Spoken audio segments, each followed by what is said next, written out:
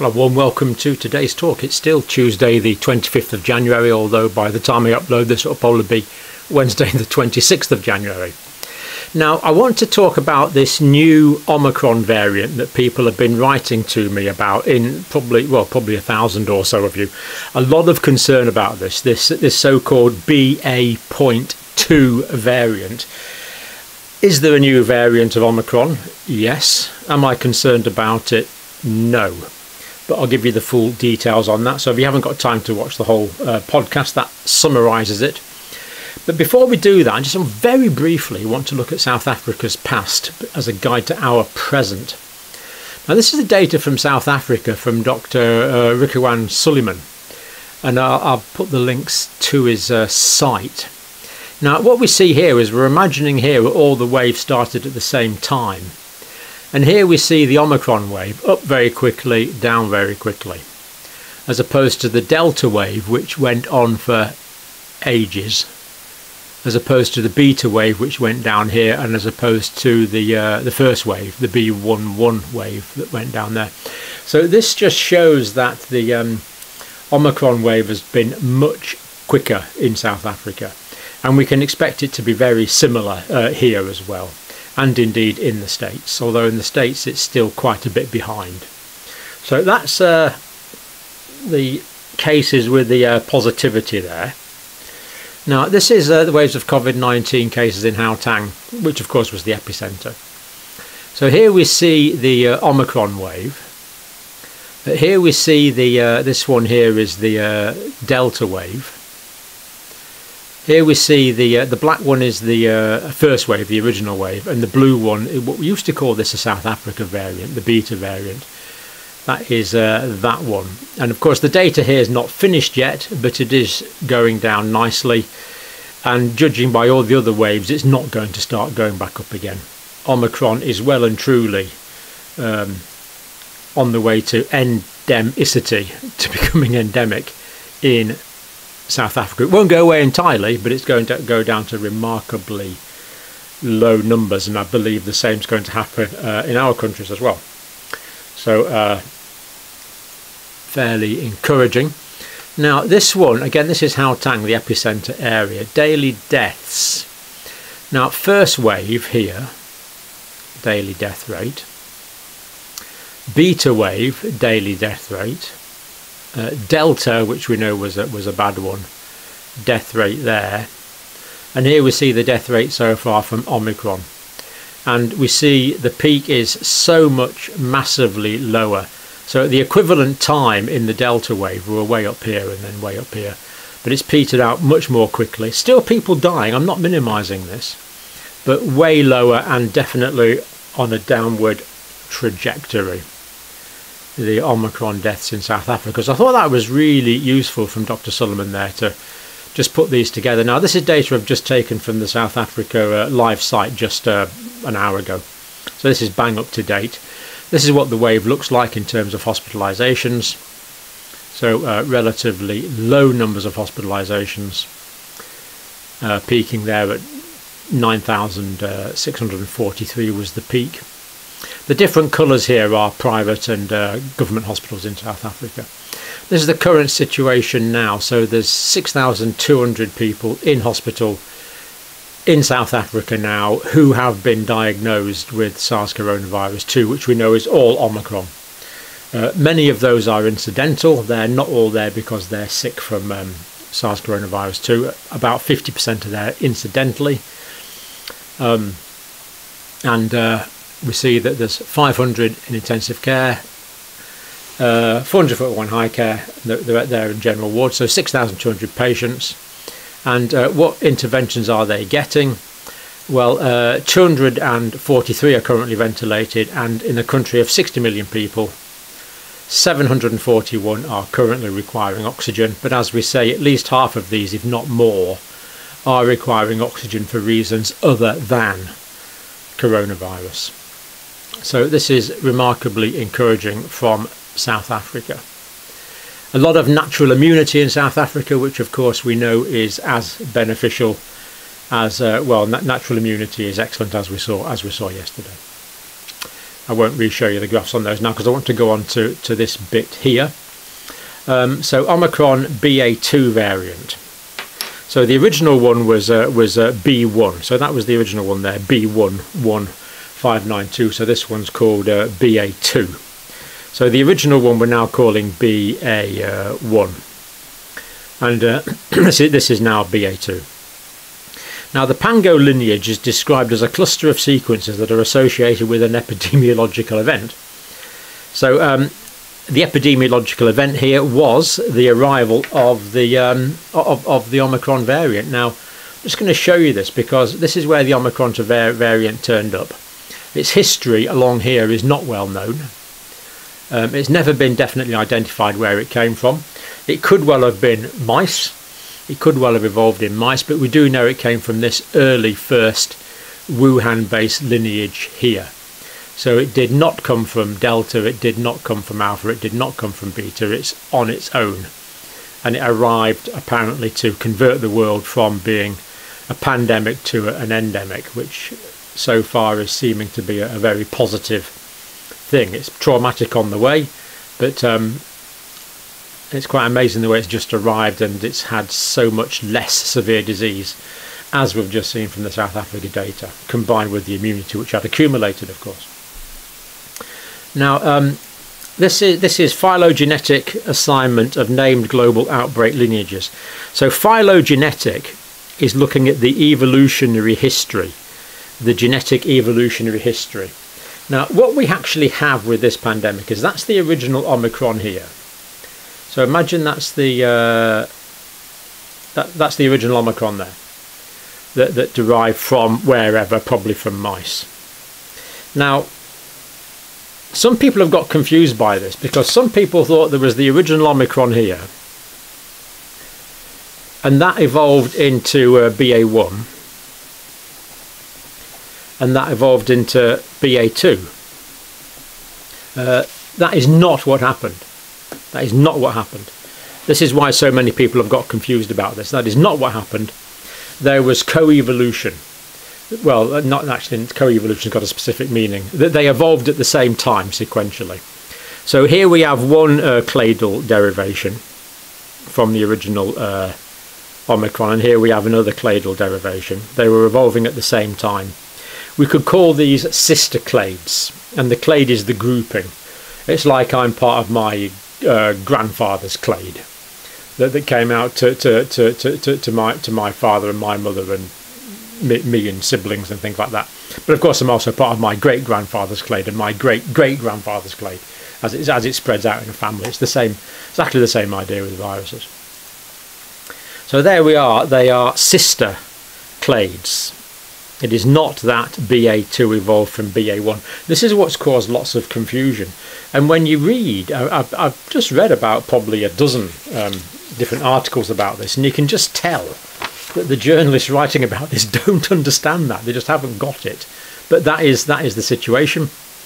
So it's nothing new. It is an Omicron derivative, but it's not that the BA2 came from the BA1. It didn't. It came from a progenitor Omicron, an earlier version. So the original version was an Omicron progenitor. And this pangolin association that collects these genomes has got a very nice thing there. And of course it's the pangolin, which is the much abused mammal in China, Vietnam and other parts of Asia, unfortunately.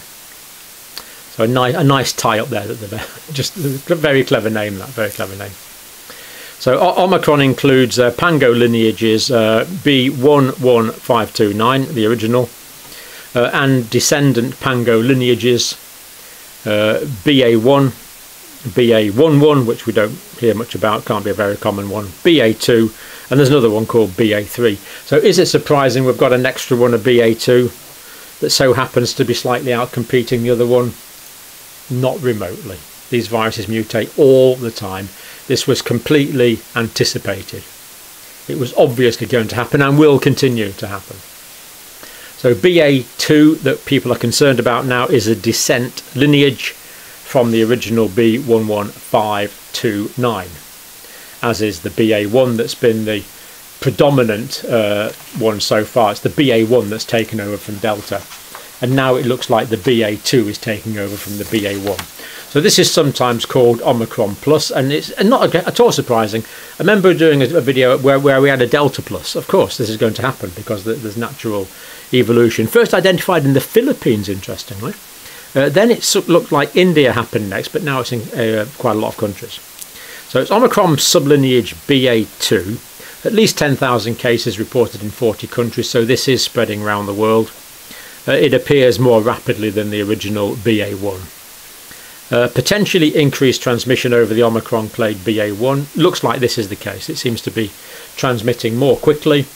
If it's multiplying and transmitting more quickly, then more people will be exposed to it, and more people will have it, and it will gradually displace the BA.1 would be the assumption, as we've seen so many times.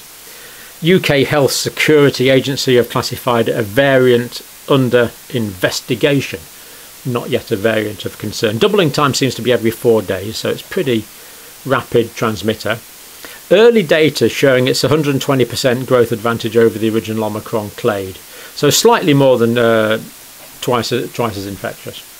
Now that doesn't concern me because, as we've said, we're all going to be exposed to Omicron, and this just makes it all the more certain we're all going to be exposed to Omicron, because this is a much more transmissible variant. It's essentially a guarantee that we're all going to be exposed to this, just a case of when.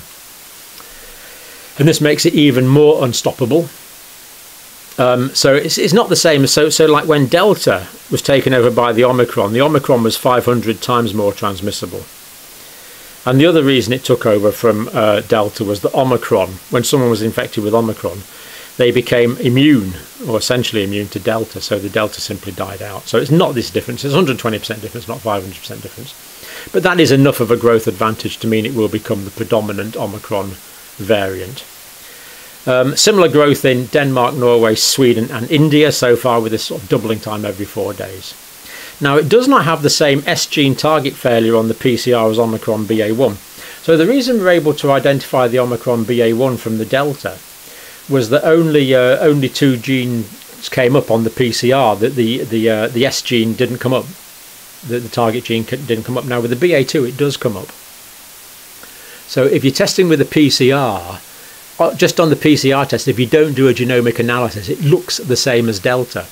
But given that Omicron is now completely taken over from Delta, what we can now say, if there's an S gene deletion, then it's BA.1. If there's no S gene deletion, we can say it's BA.2.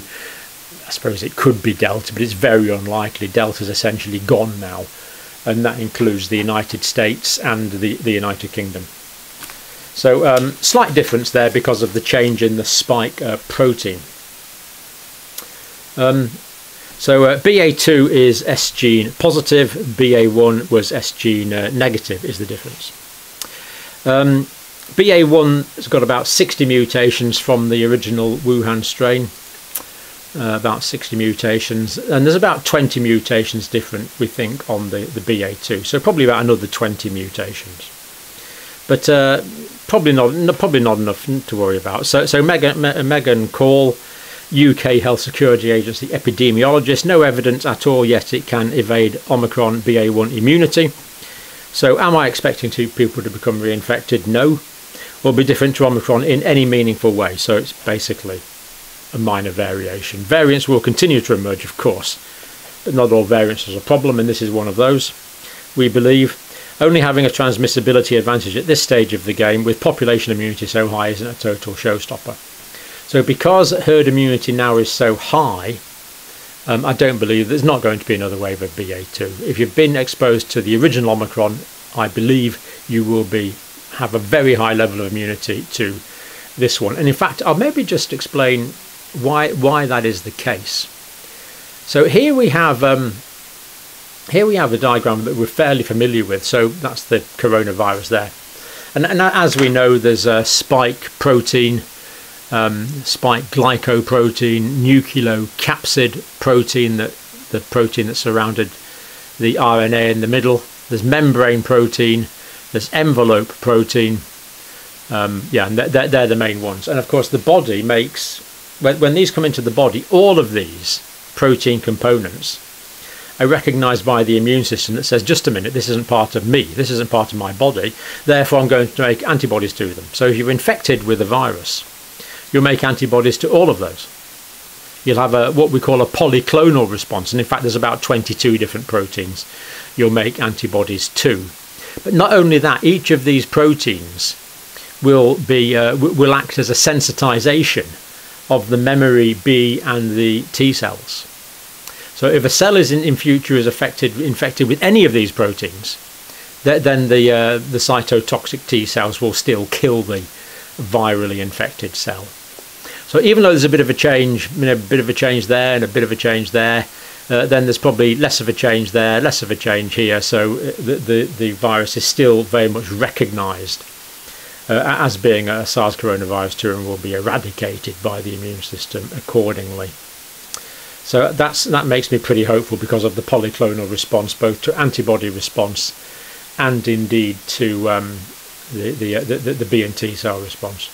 In fact, if I just show you this video, I think this is from N+1 on Wikipedia. Very good of them to make this publicly available. This is the highest resolution they've got, but if we go in, you can just see how amazing this is. So even though if you change bits of this and bits of this and bits of this, then there's lots of other bits that are going to be the same because it is so complicated. In other words, these bits here that are recognised as foreign, they're recognised as antigens, what immunologists call epitopes. There'll still be lots of epitopes, lots of protein structures that remain completely unchanged, therefore will be well and truly recognised by the immune system, causing eradication of the virus. Now, this from Wikipedia, I'll put the link in. Quite amazing. This has been verified as being accurate by teams in Russia and teams in the United States. This molecular atomic scale diagram, quite incredible. It just shows the complexity. But the point I'm making, if there's a change to a bit, if there's say 20 mutations different from the original virus, from the original Omicron, which it looks like, about 20 mutations different, that's not going to make any difference at all to the vast majority of the epitopes that are stimulating the immune system. Only having transmissibility, as we've said, so good immunity, it shouldn't be a problem. Little difference in vaccine effectiveness between the BA.1 and BA.2 shouldn't make too much of a difference. Disease severity, as far as I know, is comparable. It's not causing more severe disease. Unlikely to be another BA.2 Omicron wave. Basically, I don't think there's going to be. Denmark, it's now 65% of cases, so it is taking over in Denmark. Now, is it that Denmark's been particularly unfortunate all the way through this pandemic because it always seems to lead the way in new variants and mutations? No, it's just because they've got the best genomic analysis per capita in the world by far. So if it's 65% in Denmark, it's probably 65% in other places as well. It's just that they haven't caught up yet. Early data not been associated with an increase in hospitalisations from Denmark, so again encouraging. Norway, there's quite a big increase in Oslo. More like the Norwegians concur that it's more likely to be more contagious than BA.1. Can those infected with BA.1 get reinfected with BA.2? The answer to that, I believe, is no. Okay, there might be 1 in 10,000, but basically, or 1 in 100,000, but basically not. And if you want reminded of the reasons for that, it's that level of complexity. There's so many different antigenic epitope sequences that there will be a very polyclonal response to the immune system, and 20 mutations isn't going to greatly change that picture. French Health Minister Olivier Véran, what we know for now is that BA.2 more or less corresponds to the characteristics we know of Omicron, so the French believe it's basically the same. Robert Gary, virologist, variants have come, variants have gone, absolutely. They come and they go. I don't think there's any reason to think this one is a whole lot worse than the current version of Omicron. No. James Musser, various human infectious diseases researcher, Houston Methodist. The good news is we only have 3 cases in the United States now. These have all been discovered at Houston Methodist, which of course has a more advanced genomic sequencing capacity than other places in the States. So the fact that they've been discovered at the places where the genomic sequencing is best doesn't surprise me. So yes, there's 3 cases in the United States. Does that mean there's more? Well, of course there's more. It's just that they've been discovered so far at the better centres, because the genomic sequencing in the States overall is actually abysmal per capita for the size of the population. The United States agencies have not got their act together on this. UK is pretty good, Denmark is excellent, South Africa's good, Houston Methodist seems to be quite good, but other parts of the States not as good. So not surprising it's been discovered there first. We're certainly not see the 5% of cases, 5% or more of cases reported in the UK. But there's only about 400, and there's about 420 cases officially diagnosed in the UK. But that data is well out of date. So when we get the technical update this week, it will be higher. Certainly not the 40% in Denmark. This is out of date. We now know it's 65% in Denmark. We know that Omicron can clearly we know that Omicron can clearly evade pre-existing immunity. Of course, the Omicron does that. That's why people become symptomatic from both vaccine exposure and other virus variants. So, in other words, if you've had vaccination or you've had alpha, beta, delta, original wild type, you can still get Omicron. We lose immunity from it, but protection against hospitalisation is preserved. As we've seen from the CDC data yesterday. What we don't know yet is whether son of Omicron does that better or worse than Omicron, but probably won't do. That's an open question, but I'm not worried about it. A virologist in Denmark, BA.2 has become dominant form of the virus in this nation, 6 million people, accounts for 65%. BA.1 is on the decline, so the BA.2 is out competing the BA.1. Interesting. We're not so concerned since so far we see no major differences in age distribution, vaccination status, breakthrough infections and risk of hospitalisations. So all very much so far so good. Also, despite the high infection rate of BA.2, the numbers in ICU are still decreasing, as indeed they are in the UK. And finally, Francis Barlow, Professor, London University College, London. BA.2 about 20 mutations apart, as was said, so not that massively different. The 2 Omicron sublineages are sister clades that split from another several months ago and are not derived from each other. That's what's caused a lot of people confusion. Some people have been saying, well, this is a brand new variant. It's not descended from BA.1. Well, no, it's not a brand new variant. It's actually just descended, just a few months ago they had a common ancestor. So it's actually pretty recent, and that means they are still really quite similar. That's what's caused a lot of confusion. People infected with one of the lineages would have robust immunity against the other one. So if you've been infected with Omicron recently, do not expect to be reinfected with BA.2 because you will have robust immunity. Robust immunity. At this stage, BA.1 and BA.2 can be considered as 2 epidemiologically largely equivalent sublineages of Omicron. So there you go. Amazing picture that. I think that's all scientifically accurate. Quite incredible. Quite incredible. And that's just a virus. You know, that's the simplest thing that we know of. You know, our cells are millions of times more complicated than that. And the 70 trillion cells make up our body. Really quite amazing thing life is. Okay, so there we are. I'm not worried about it. So South Africa shows that the Omicron wave should be shorter lived in the UK and the United States, in Canada, in other places, as we've already seen in Australia actually, than the previous waves. And the new Omicron variant is nothing to worry about unless anything changes dramatically, and of course if it does we'll come and correct what I've just said immediately. Okay, thank you for watching.